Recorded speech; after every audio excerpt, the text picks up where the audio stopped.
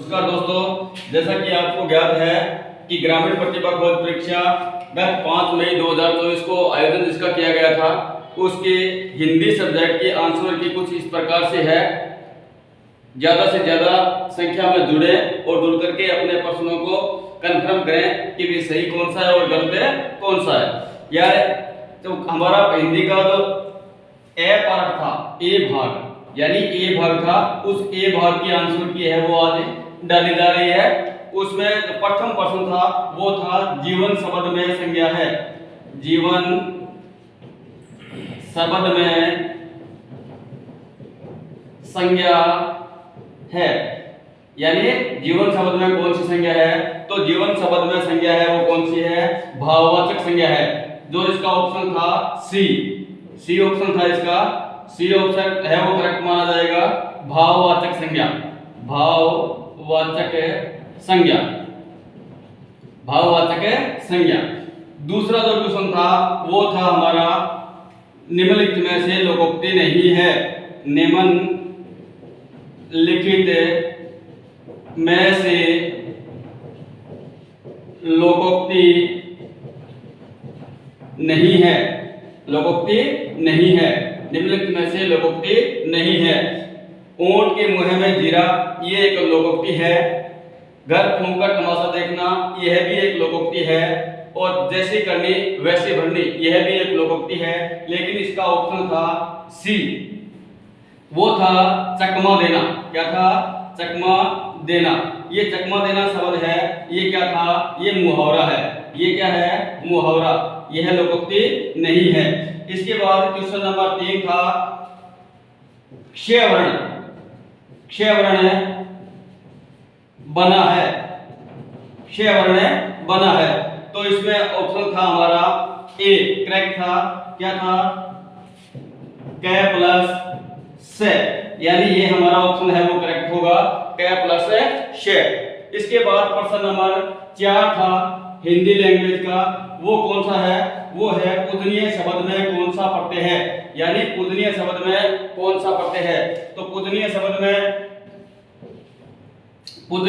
में प्रत्यय पूछा गया था। प्रत्यय कौन सा है? इसका ऑप्शन होगा वो होगा एनीय। सी नंबर ऑप्शन इसका भी सही होगा। इसमें कौन सा होगा? एनीय, यानी पूजनीय में क्या होगा? एनीय प्रत्यय है वो होगा।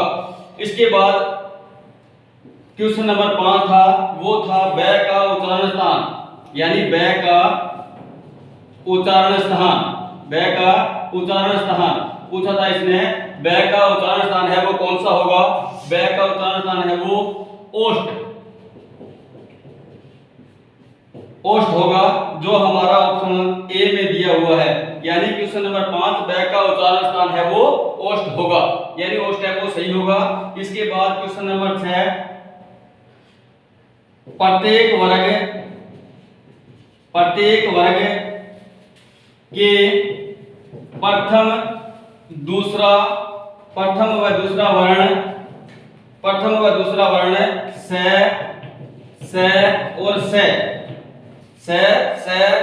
से क्या कहलाते हैं? क्या कहलाते हैं? क्या कहलाते हैं? क्या कहलाते हैं भाई? जो हमारा प्रत्येक वर्ग का पहला और दूसरा वर्ण और से क्या कहलाता है? यो कहलाता है अघोष व्यंजन। क्या कहलाता है? अघोष व्यंजन। जो हमारा ऑप्शन है वो बी क्या होगा? अघोष व्यंजन, अघोष व्यंजन। क्वेश्चन नंबर 7 है वो निम्नलिखित में से वर्धी संधि का उदाहरण है। यानी कौन सा पूछा था? वर्धी संधि का उदाहरण। वर्धी संधि का उदाहरण। वर्धी संधि का उदाहरण कौन सा है? वर्धी संधि का उदाहरण है वो कौन सा होगा? दुर्जन में नहीं होगा, दुर प्लस जन। व्यंजन संधि है विद्यार्थी में भी नहीं होगा। दीर्घ स्वर संधि है, पावक में भी अयादी संधि है। तो इसका कौन सा होगा? एक एक था वो क्या होगा? हमारा सही होगा। एक एक है, वो कौन से ऑप्शन में था? डी में। कौन से में था? डी में। यानी इसके बाद जो अगला प्रश्न था वो क्वेश्चन नंबर 8। इसमें क्या पूछा गया था? इसमें पूछा गया था श्रेयस्कर शब्द का संधि विच्छेद होगा। श्रेयस्कर शब्द का संधि विच्छेद होगा, यानी श्रेयस्कर शब्द क्वेश्चन नंबर 8 कौन सा था? श्रेयस्कर। श्रेयस्कर शब्द का संधि विच्छेद। श्रेयस्कर शब्द का संधि विच्छेद। श्रेयस्कर शब्द का संधि विच्छेद।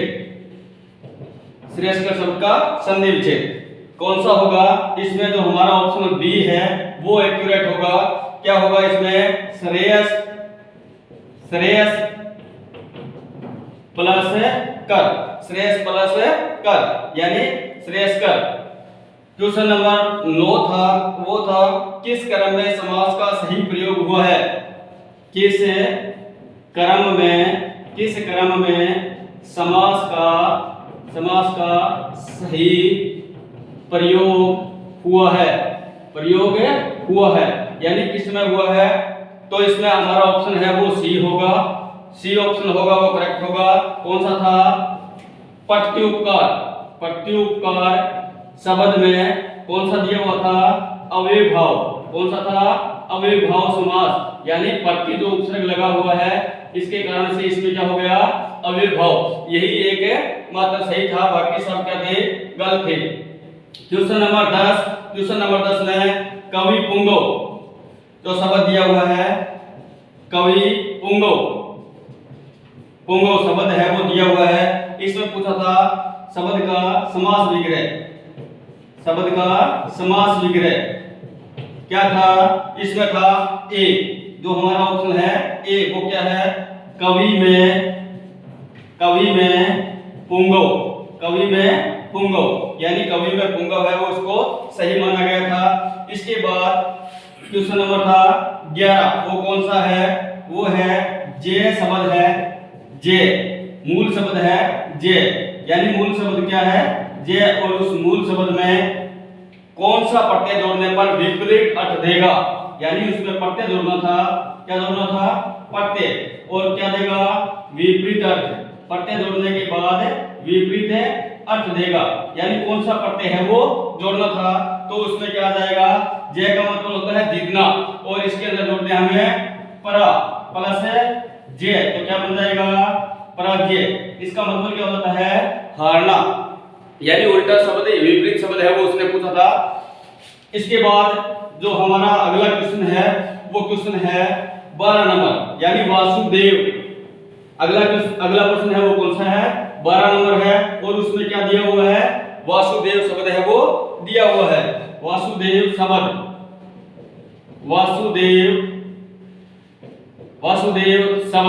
वासुदेव शब्द में प्रत्यय पूछा था। वासुदेव शब्द में क्या पूछा था? प्रत्यय। वासुदेव शब्द में ए प्रत्यय है। क्या होगा? ए प्रत्यय होगा। वासुदेव में ए प्रत्यय होगा। ऑप्शन हमारा होगा ए सही होगा। इसके बाद निम्नलिखित शब्दों में अशुद्ध। अगला जो क्वेश्चन था हमारा वो था 13 नंबर। उसमें क्या था? अशुद्ध शब्द कौन सा लगाना था? अशुद्ध शब्द है वो लिखना था। तो अशुद्ध शब्द है वो कौन सा था? तस्तरी। कौन सा था? तस्तरी। जो ऑप्शन हमारा कौन सा था? सी, जो करेक्ट है। निम्न में से क्वेश्चन नंबर 14 है वो क्या कर रहा है? निम्न में से एक तो शब्द था नव और एक था नव्य। नव और नव्य दो शब्द दिए हुए थे। युगम शब्द का सही अर्थ बताना था। कौन सा था? युगम शब्द के सही अर्थ। युगम शब्द के सही अर्थ बताना था। तो इसमें हमारा क्या होगा? नव का तो होगा नो, नव का तो होगा नो, और नव्य का होगा नया। तो ये कौन से ऑप्शन में बन रहा है? ये ऑप्शन में बन रहा है डी, यानी डी ऑप्शन है वो हमारा क्या होगा? करेक्ट होगा। उसके बाद क्वेश्चन नंबर 15 था। उसमें क्या पूछा था? खल शब्द। क्या पूछा था? खल शब्द का सही विलोम, यानी खल शब्द का विलोम पूछा था। विलोम शब्द है वो पूछा था। तो खल का क्या होता है? सज्जन। खल का मतलब क्या होता है? खल का मतलब है विलोम शब्द है वो क्या होगा? सज्जन होगा। क्या होगा? सज्जन। कल का मतलब है बुरा और सज्जन का मतलब है अच्छा। तो कल शब्द का सही विलोम है वो कौन सा होगा? सज्जन। जो हमारा ऑप्शन क्या है? बी है वो सही है। बी है वो सही है। उसके बाद अन का कन करना, यानी अन का कन करना। इसके आगे वाला जो प्रश्न था 16 नंबर, वो क्या है? कन का अन करना। कन का अन करना मुहावरे का सही अर्थ है अन का कन करना। मुहावरे का सही अर्थ है क्वेश्चन नंबर 16, यानी अन का कन करना मुहावरे का सही अर्थ है बनी बात को बिगाड़ना। क्या है? बनी बात को बिगाड़ना। बनी बात को बिगाड़ना कौन से ऑप्शन में है? ऑप्शन है हमारा डी। कौन सा है? ऑप्शन है हमारा डी। इसके बाद क्वेश्चन नंबर 17, निम्नलिखित में से कौन सा वाक्य अशुद्ध है? कौन सा वाक्य अशुद्ध है? अशुद्ध वाक्य लिखना था। क्या लिखना था? अशुद्ध वाक्य। अशुद्ध वाक्य है वो कौन सा है? उसमें लिखो आप, तुम मेरे मित्र हो, मैं आपको खूब जानता हूँ, आपकी बात सुनकर विस्मय हुआ, शिक्षक ने हमसे लेख लिखवाया, उसकी प्रसिद्धि सारे देश में फैली है। इसमें से जो ए नंबर ऑप्शन है वो क्या था? अशुद्ध था। क्या था? तुम मेरे मित्र हो, मैं आपको अच्छी खूब जानता हूँ। क्या है? खूब जानता हूँ। खूब जानता हूँ, यानी ये ऑप्शन है वो हमारा करेक्ट होगा। ये अशुद्ध था। इसके बाद प्रश्न नंबर 18 क्या था? नारी का पर्यायवाची शब्द कौन सा है? नारी का पर्यायवाची क्या पूछा था? नारी का पर्यायवाची। नारी का पर्यायवाची शब्द कौन सा है? सरिता। कौन सा है? सरिता। नारी का पर्यायवाची कौन सा था? सरिता। जो ऑप्शन हमारा कौन सा था? सी, जो करेक्ट होगा। इसके बाद प्रश्न नंबर 19 कौन सा था? जिससे संसार के प्रति मोह न रहा हो, यानी जिसे संसार के प्रति मोह न रहा हो तो कौन सा आएगा इसमें? यानी वाक्यांश के लिए एक शब्द, वाक्यांश है ये, एक पूरा वाक्य दिया हुआ है, इसके लिए एक शब्द है वो हमें चुनना था। वो कौन सा होगा? बी ऑप्शन होगा हमारा करेक्ट होगा। उसमें कौन सा है? वितरागी। कौन सा होगा? वितरागी। कौन सा होगा? वितरागी। अब अंतिम और लास्ट क्वेश्चन था हमारा 20 नंबर, वो कौन सा था? मैं नहीं जानता,